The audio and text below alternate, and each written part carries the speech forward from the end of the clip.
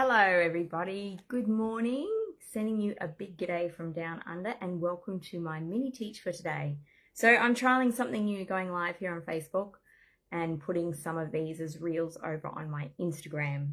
Haven't had a lot of luck growing that Instagram audience. So anyone's got any tips for me with social media, let me know. Anyway, blessings. Thank you for being here.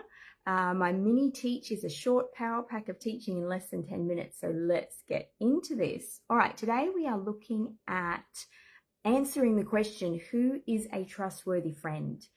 So I guess I'm getting into a little bit of biblical relational advice for you today. And I can tell you that true friends are a rare find. And when you find them, you want to hold on to them and be a good friend yourself. Other places in scripture, we're going to look at Proverbs 20 and verse 6 today, but other places in scripture say that a man who has friends must show himself friendly.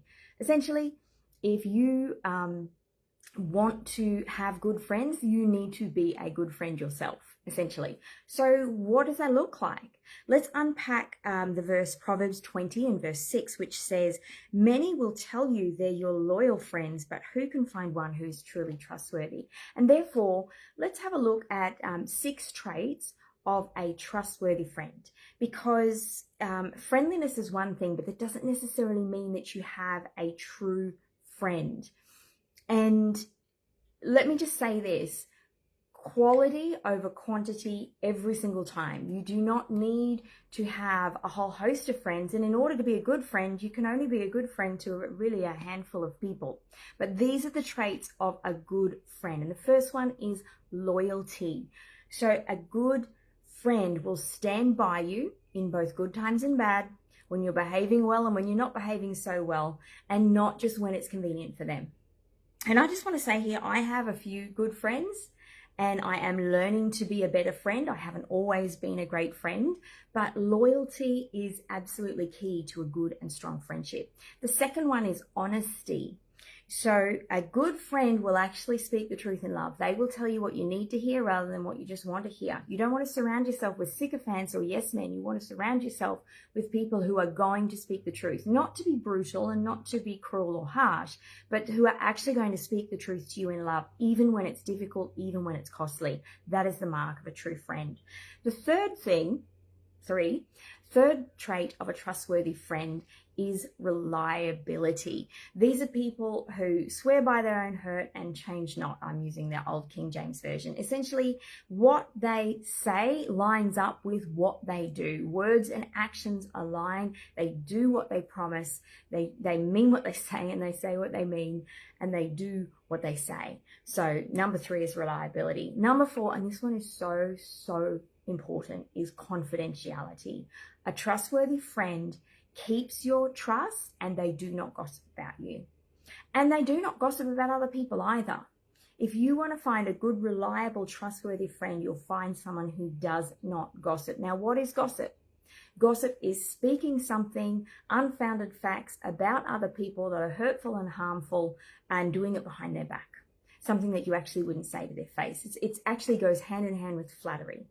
Gossip is what you say behind someone's back you wouldn't say to their face, and flattery is what you say to someone's face you wouldn't say behind their back. But a true friend will be reliable and will keep your confidentiality.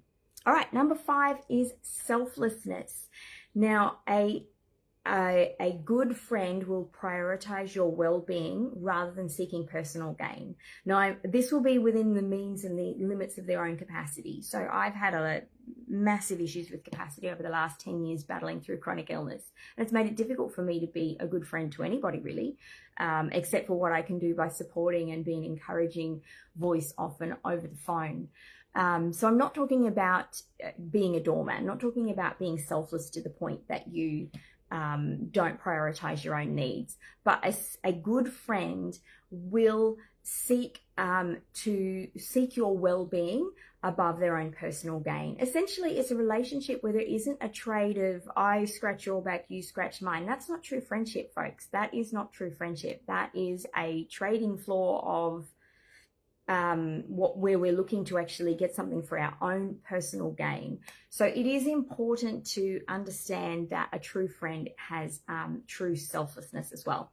And the final one, number 6, is a true friend gives good, proper biblical encouragement. So they uplift and they support you in your spiritual and in your personal growth. These are trustworthy friends. These are the people that you see. These people are gold. So just to recap, number 1, they are loyal.